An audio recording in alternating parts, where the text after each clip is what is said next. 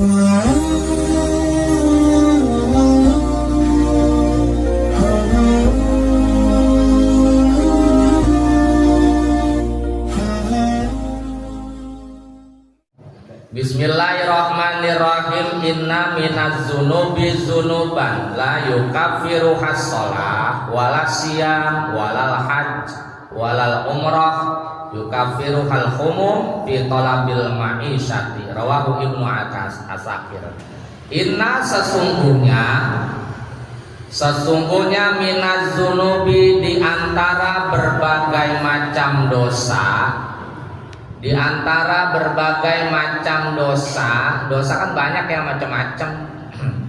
Sesungguhnya di antara berbagai macam dosa, junuban ada dosa-dosa, junuban ada dosa-dosa la yukaffiruha, yang tidak dapat terhapuskan, yang tidak dapat terhapuskan as-sholatu, dengan mengerjakan sholat. Dosa ini dengan ngerjain sholat tetap nggak diampunin nama Allah. Padahal ngerjain sholat itu dapat menghapuskan dosa di antara sholat selanjutnya. Tapi ada dosa yang nggak diampuni dengan sholat. Walasiyam, dan tidak juga diampuni dengan berpuasa. Berpuasa itu menghapuskan dosa, tapi ada dosa yang dengan berpuasa nggak diampunin nama Allah. Walal hajju, dan tidak juga dengan berhaji. Walal umroh, dan tidak juga dengan umroh. Haji umroh ngapusin dosa, ya kan? Antara satu haji atau satu umroh dengan haji dan umroh selanjutnya itu menghapuskan dosa. Tahun ini kita umroh, ya. Terus kita apa tuh? Umroh lagi 10 tahun yang akan datang, ya, antara ini dengan umroh berikut itu udah dihapusin dosanya, begitu. Haji sama begitu. Tapi ada satu dosa, walaupun kita haji umroh bolak-balik nggak diampunin nama Allah.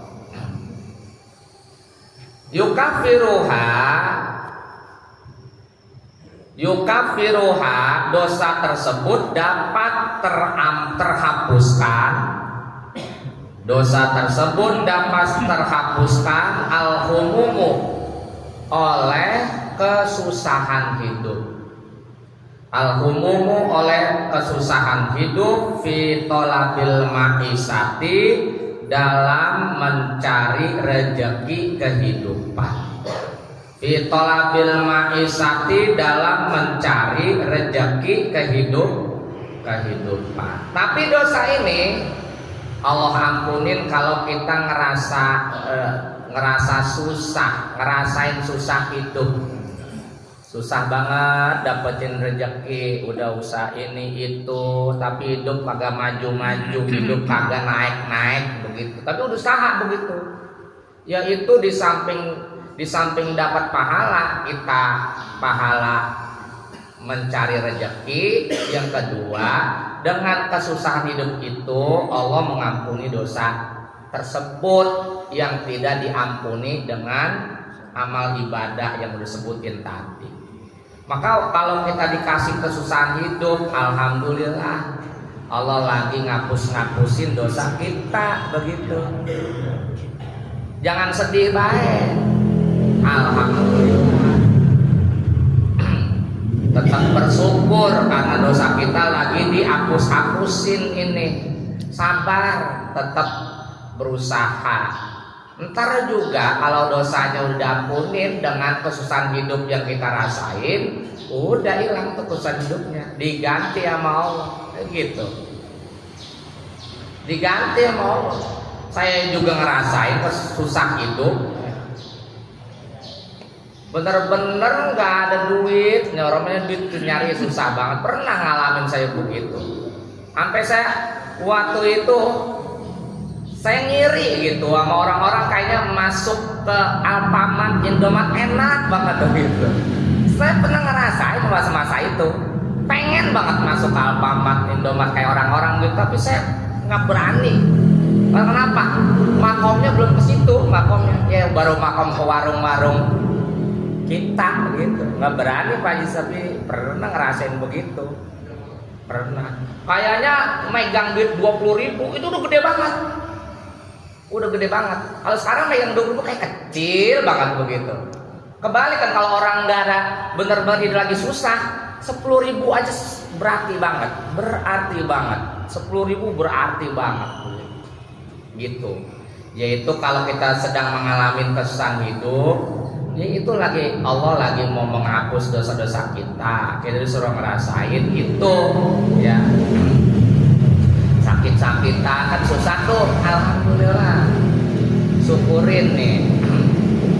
Kita dikasih sakit, Allah sedang ngampunin, ngapus-ngapusin dosa kita dengan sakit yang sedang kita rasain. Mungkin dengan sholat Allah kagak ngampunin, puasa kagak ngampunin, kita udah ke Baitullah juga kagak ngampunin, dikasih ini susah sakit, gitu. Tetap bersyukur. Nah, iya emang berat emang berat.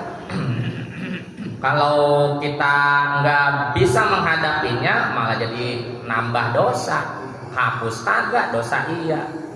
Bejangkitan mulu abis kasih susah. Kalau kata orang Betawi bejangkitan mulu, ngeluh mulu yang ada begitu. Allah nih gimana ya, saya udah usaha begini kagak berhasil, udah gono, kata disuruh usaha agak adil, ya makin nambah dosa kita. Malah kita bejangkitan mulu. Ya kita orang Islam, orang beriman harus paham konsep begini begitu.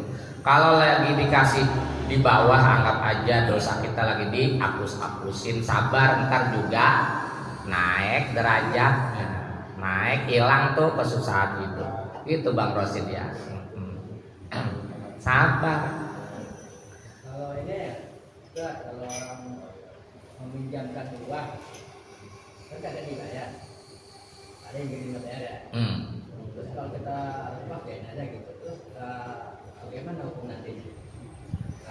Utang mah mau kecil apalagi gede wajib dibayar. Jangan kagak, jangan buat orang pada kesel. Apalagi pakai utang duit bukan duit orang pribadi, duit rame-rame. Dosa gede lah itu mah. Kagak boleh, cepet-cepet. Jangan nanti kapan udah 10 tahun kagak mau dibayar Bang gitu. Kalau secara pribadi juga sama. Misalnya saya Pak Joko punya utang nih, janjinya mah sebulan, sampai setahun ya harus konfirmasi terus. Ya Pak Joko saya belum ada nih, kan gitu ya. Apalagi kalau pakai uang majelis taklim misalnya begitu.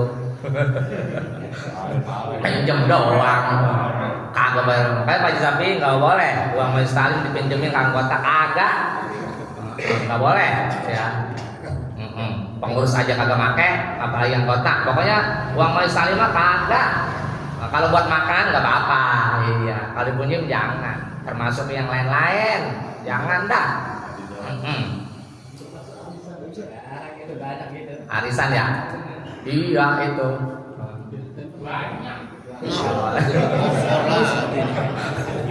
Ya, emang beneran itu, aduh kacau itu. Dan buat orang-orang yang paham jangan melakukan itu. Ya, malah yang paham, ya, kagak boleh jangan. Saya mah kagak yang mau begituan. Kalau secara pribadi saya mau dah, mendingan saya datangin Pak Haji Mamet sendiri. Kagak pakai uang majelis taklim, uang arisan begitu tawan. Iya, ya Pak Haji Mamet ya. Iya, saya minjem 10 juta saya datang aja di Mamet. Gitu ketahuan dah. Ya nggak boleh. Sedikit ada gitu. Jangan dilama-lamain. Ntar makin lama disusahin malah nama Allah Subhanahu Wa Taala. Dan Allah murka kepada orang-orang yang punya hutang, dia sengaja melambat-lambatkan untuk melunasinya. Kalau punya hutang mah kita niat buru-buru udah. Emang berat. Minjemnya beringan 10 juta, balikinnya ini.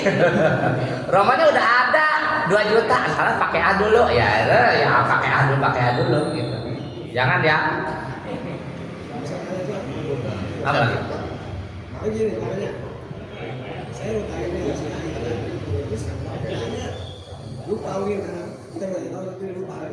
Sampai dia meninggal kita ikhlas gitu. Ya bagus, nggak apa-apa. Ikhlasin dia, nggak apa-apa. Soalnya ya kita tahu gimana. Iya.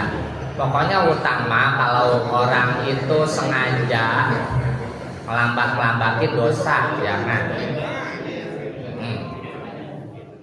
Insya Allah kalau kita punya utang, kalau niat melunasin dikasih jalan sama Allah. Kalau nggak bisa cash ya diangsur begitu. Lah mau nungguin cash tahun berapa kalau nggak mau diangsur gitu. Dengan niat ya. Iya nggak ada niat, jangan. Udah ya jangan ngomongin utang. Ntar ada yang berhenti lah yang ide Ustaz Yunus ngomongin utang, gue berhenti.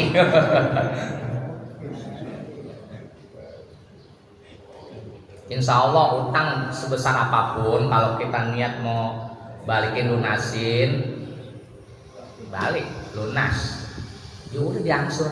Ngutang yang cash itu diangsur, yang bisa diangsur. Kalau nggak bisa begitu, kapan? Masa punya utang banyak banget kemudian didaftar haji, itu orang gila namanya. Iya, orang gila. Utang banyak banget tapi nggak dibayar-bayar gitu. Didaftar haji, dia berangkat umroh, kecuali umrohnya gratis apa begitu. Itu namanya orang gila. Disumpahin nama ini. Iya, haji mabrur. Ada kan begitu ya? Yang ada. Utang mah sampai 25 juta nggak dibayar-bayar. Bisa daftar haji kan brengsek itu namanya. Kagak bakalan itu dah. Haji ntar kagak bakalan mabrur. Dilunasin dulu, baru ya. Main lagi. Iya. Utang 15 juta bisa ambil motor PCX yang angsurannya 1.500.000 sebulan. Kenapa bukan buat ngangsur utang? Jadi ngangsur ke motor PCX aja dah. Kalau ngomong utang saya kesel. Ya nanti ya dongkol saya. Saya mau marahin ya orang-orang yang saya kenal semua. Kalau pantas saya marahin. Iya, kalau pantas saya marahin beneran. Kalau saya marahin ya orang kenal, orang-orang pada kenal, susah. Itu ya. Jadi kalau ngerasain hidup susah, sabar, pahalanya gede, kemudian derajat kita naik. Lagi diincar sama Allah, oh yo sabar, ikhlas, ntar dihapus dosa semuanya, baru udah hidup set begitu. Rawahu Ibnu Asakir, hadis ini diriwayatkan oleh Ibnu Asakir.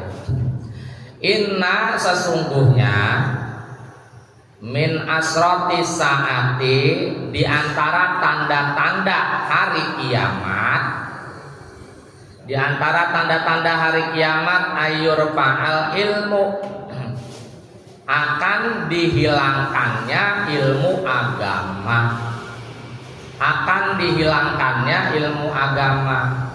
Berarti kalau di sini ilmu agama masih ada yang nyebarin, hari kiamat masih jauh. Jangan pada ngomongin hari kiamat, udah masih jauh. Masih jauh karena ilmu agama. Iya, kalau udah kagak ada ilmu agama, Romanya itu ya, itu udah dekat dah tuh. Ya. Emang begitu, nanti ilmu agama hilang begitu. Nggak ada yang mau belajar ilmu agama lagi, udah. Nggak ada yang mau ngaji lagi, udah kagak. Waya jaharol jahlu, dan muncullah kebodohan dalam agama. Jadi pada bodoh itu muncul kebodohan agama. Sholat selagu-lagunya, ibadah selagu-lagunya, nggak pakai ilmu agama. Wayab suwazina, dan perjinaan meraja lela. Banyak yang berbuat zina. Karena mah orang yang begitu mah cakep-cakep banget ya. Maka pada jilbab lagi, tapi menjajakan gitu Mas Uyun ya. Jadi jangan lihat perempuan jilbab itu perempuan baik-baik, belum tentu bang. Ada yang mau gitu pakai jilbab, cakep banget. Jadi jilbab cakep banget. Jadi jangan memandang kalau yang nggak pakai jilbab perempuan kagak semenggah. Jangan begitu. Woi pakai jilbab perempuan hebat, soleha. Kagak juga. Jilbab nggak jilbab kagak mencerminkan itu. Banyak orang tuh gitu, kalau percaya ini aja. Kalau kagak percaya ya ini aja datang-datang yang tempat-tempat yang kira-kira apa yang pada pakai jilbab, brengsek banget, cakep-cakep lagi, ditapip gitu. Maksud brengsek, mengen-mengenin ya begitu. Jadi Dina itu kalau di lingkungan kita ada yang udah banyak hamil di luar nikah, ya kita udah khawatir itu namanya itu. Alhamdulillah agak kampung kita masih terawat dari itu, walaupun kadang ada 1-2 itu namanya pengecualian. Kalau udah biasa begitu tuh, itu kita udah khawatir, udah menjamur. Wa yusrabal khamru, dan minuman-minuman memabukkan udah banyak dikonsumsi, udah merajalela ada tuh ya, udah biasa ya minum-minuman, kemudian narkoba udah biasa. Tahu sadaya tuh di Thailand begitu biasa banget tuh orang ngisep ganja udah biasa. Itu mau Indonesia mah alhamdulillah. Itu sono mah ya di kita orang Thailand biasa baik. Entar tuh negara ambruk duluan. Kiamatnya di negara dia duluan tuh kalau begitu. Beneran. Walaupun nggak kiamat secara dunia, nanti negaranya kiamat duluan. Ambruk itu udah. Tunggu aja waktunya. Wa yadhabar rijalu, dan pada meninggal dunia orang-orang lakinya. Wa tabqan nisa'u, dan orang-orang perempuan pada apa tuh awet umurnya, pada panjang umur. Banyak banyak janda nanti nih. Hatta yakuna, sehingga terjadi li khamsin namro'atan, untuk 50 perempuan, qayyimun wahidun, bandingannya 1 laki-laki pelindung. Nanti mah nggak usah dipengenin punya istri 2-3, orang bandingannya 50 ya. Tapi bukan zaman kita ya. Nanti perempuan lebih banyak dari laki-laki, bandingannya 1 laki-laki itu 50 perempuan. Banyak banget. Nanti orang laki jadi rebutan sama perempuan, bukan laki-laki yang ngerebutin perempuan, nanti mau mati. Perempuan yang pada cakar-cakaran, jambak-jambakan, begitu tuh. Ini akan terjadi semacam itu namanya hari kiamat udah dekat, itu mau dekat banget. Terjadi begitu. Kalau sekarang mah bandingannya masih normal, laki dan perempuan. Nah inilah tanda-tanda hari kiamat. Kalau ini udah terjadi, udah dekat dah, udah tinggal menghitung bulanan, harian begini mah. Karena udah rusak sekali kehidupan di dunia. Sekarang mah kita masih banyak orang yang ngaji, yang pada mau ibadah gitu, masih lama.